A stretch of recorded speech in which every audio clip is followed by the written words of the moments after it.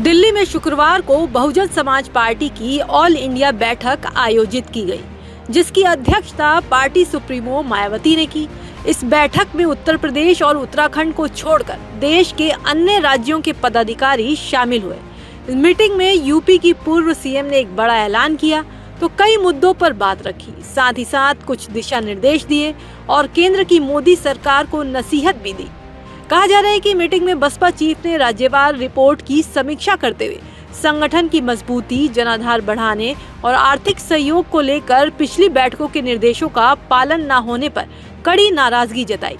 उन्होंने साफ कहा कि कमियों को जल्द दूर किया जाए। इस दौरान मायावती ने एसआईआर का जिक्र करते हुए सबसे पहले चुनाव आयोग के विशेष गहन पुनरीक्षण अभियान यानी एसआईआर को गंभीरता और तत्परता से पूरा कराने के निर्देश दिए और इस कार्य के लिए जरूरत के हिसाब से पार्टी संगठन संबंधी कार्यकलापों को थोड़े दिन स्थगित करने को भी कहा। यूपी के पूर्व मुख्यमंत्री ने मीटिंग में चुनावी व्यवस्था पर सवाल उठाए। उन्होंने मांग की कि चुनावी व्यवस्था धनबल और बाहुबल से मुक्त हो।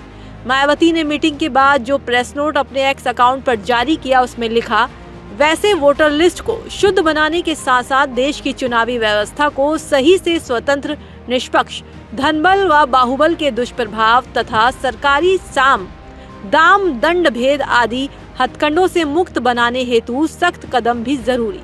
हाल के वर्षों में तथा खासकर बिहार विधानसभा आम चुनाव के ठीक पहले सरकारी धन वितरण के बल पर जिस प्रकार से चुनाव को प्रभावित करने का प्रयास हुआ, वो गंभीर मामला तथा इस पर उतना ही गंभीर उपाय जरूरी। इतना ही नहीं, मायावती ने अपने कार्यकर्ताओं में और पदाधिकारियों में जोश भरते हुए कहा कि बिहार चुनाव के कड़वे अनुभव से सबक सीखकर ऐसे नए चुनावी हालात का सामना करने के लिए अपनी पूरी तैयारी से लगना होगा।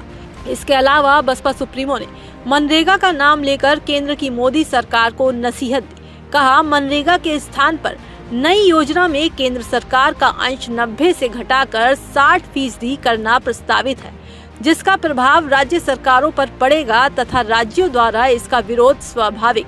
वैसे केंद्रीय योजना का वित्तीय भार केंद्र सरकार ही वहन करे तो बेहतर।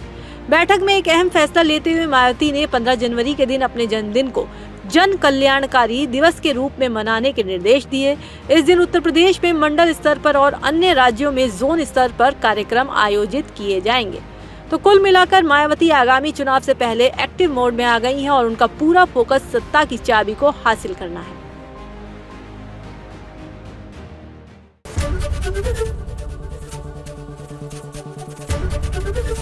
एबीपी गंगा, खबर आपकी, जुबान आपकी।